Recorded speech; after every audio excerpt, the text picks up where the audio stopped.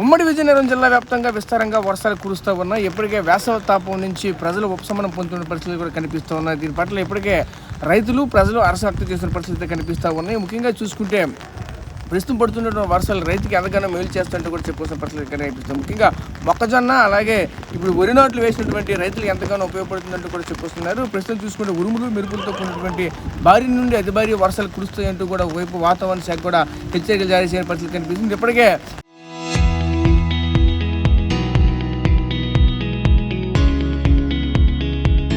విజయనగరం జిల్లాని yellow alert కూడా ప్రకటించిన పరిస్థితి కనిపిస్తున్నాయి. ఉదయం నుంచి కూడా చూస్తూ ఉంటే విస్తారంగా వర్షాలు కురుతూ లోతట్టు ప్రాంతాలన్నీ కూడా ఈ విధంగా పూర్తిగా జలమయం అయినటువంటి పరిస్థితి కూడా కనిపిస్తూ ఉన్నది. ముఖ్యంగా చూడొచ్చు ఈరోజు ఉదయం నుంచి కూడా సుమారుగా 12 నుంచి 13 సెంటీమీటర్ల వర్షం కురిసిందని చెప్పాలి. అదేవిధంగా మరోవైపు సుమారుగా చూసుకుంటే రాబోయే 3 గంటలు కూడా వర్షం కురిసే అవకాశం ఉందని చెప్పుకొస్తున్న పరిస్థితి కూడా కనిపిస్తూ ఉన్నాయి. ముఖ్యంగా మనం చూడొచ్చు తేలికపాటి నుంచి మోస్తరు వర్షాలు కురుస్తాయంటూ కూడా వాతావరణ శాఖ చెప్పుకొస్తున్న పరిస్థితులు కూడా కనిపించాయి. అదేవిధంగా పూర్తిగా చూసుకుంటే ఇంతవరకు కూడా ఒక్కసారిగా ఆకాశం అంతా కూడా మేఘామృతమైనటువంటి పరిస్థితులు కూడా కనిపిస్తూ ఉన్నాయి. ముఖ్యంగా మనం చూసుకుంటే ఏదైతే ఈ ఎండల తీవ్రత కారణంగా ఒకసారిగా ప్రజలకైతే ఉక్కురు బిక్కురు అయిపోతున్నటువంటి పరిస్థితుల్లో ఇటువంటి వర్షాలు కురవడంతో ఒకసారి ఉపశమనం లభిస్తున్న పరిస్థితులు కనిపిస్తూ ఉన్నాయి. అదేవిధంగా ఈదురుగాలు కూడా విస్తారంగా వేయడంతో ఫ్లెక్సీలు అలాగే పెద్ద పెద్ద కటౌట్లు కూడా పూర్తిగా నేల కొరిగినటువంటి పరిస్థితులు కూడా కనిపిస్తూ ఉన్నాయి. ముఖ్యంగా అయితే మనమైతే చూడొచ్చు ఈరోజు ఉదయం నుంచి కూడా సుమారుగా గంటన్నర పాటు కూడా ఎడతెరపు లేకుండా కురిసిన వర్షాల కారణంగానే ఎందుకంటే లోతట్టు ప్రాంతాన్ని కూడా పూర్తిగా జలమయం అవుతున్న పరిస్థితులు కనిపిస్తూ ఉన్నాయి. దీనికి ప్రధానంగా మనం చూసుకుంటే రోడ్లు పూర్తిగా అన్నీ కూడా అక్రమ కట్టడాలతో నిర్మితమైనటువంటి కారణంగానే ఈ విధంగా జరుగుతుందంటూ కూడా మరికొంతమంది చెప్పుకొస్తున్న పరిస్థితులు కూడా కనిపిస్తున్నాయి. విజయనగరం మున్సిపాలిటీ సంబంధించినటువంటి టౌన్ ప్లానింగ్ పైన కూడా మరింత మండిపడుతున్న పరిస్థితులు కూడా కనిపిస్తూ ఉన్నాయి. అదేవిధంగా ముఖ్యంగా మనమైతే చూడొచ్చు ఏదైతే ఈ యొక్క మేఘామృతం కూడా దట్టమైన మేఘాలతో మరింత వర్షాలు కూడా చూపే ప్రభావం కూడా కనిపిస్తుంది. ఇదే విధంగా మరొక వైపు చూసుకుంటే ఈరోజు ఈ యొక్క ఒకసారి ఈదుడుగాలు అదేవిధంగా ఈ వర్షం ఎక్కువగా కురవడంతో పూర్తిగా ఈ రోజును ఒకసారిగా ఒక్కపోత నుండి ఉపశమనం లభించిందనే చెప్పొచ్చు. ఒకసారిగా తొలకరి జల్లునే పడుతున్నటువంటి పరిస్థితులు కూడా కనిపిస్తూ ఉన్నాయి.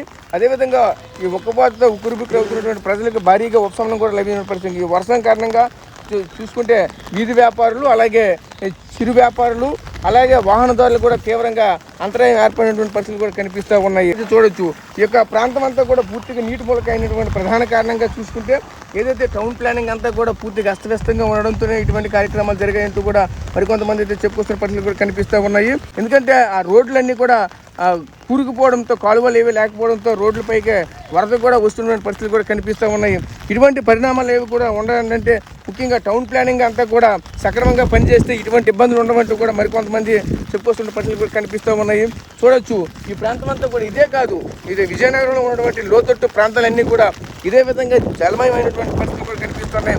కొన్ని ఇళ్లలో కూడా వాటర్ వెళ్ళే అవకాశాలు కూడా ఉన్నటువంటి పరిస్థితులు కూడా కనిపిస్తూ ఉన్నాయి. ఎందుకంటే ఇటువంటి పూర్తిగా రోడ్లన్నీ కూడా పూర్తిగా జలమయం అవుతూ ఉంటే ఒకవైపు ఏదైతే ఆ ప్రాంతం వాటర్ వెళ్ళవలసినటువంటి కాలువలు వెళ్ళవలసినటువంటి ప్రాంతం ఏదైతే ఉందో ఆ ప్రాంతం పూర్తిగా క్లోజ్ అవ్వడంతోనే ఇటువంటి ఇబ్బందులు ఎదుర్కొంటున్నామంటూ కూడా స్థానికంగా ఉన్నటువంటి కొంతమంది కూడా చెప్పుకోవాల్సిన పరిస్థితులు కూడా కనిపిస్తూ ఉన్నాయి.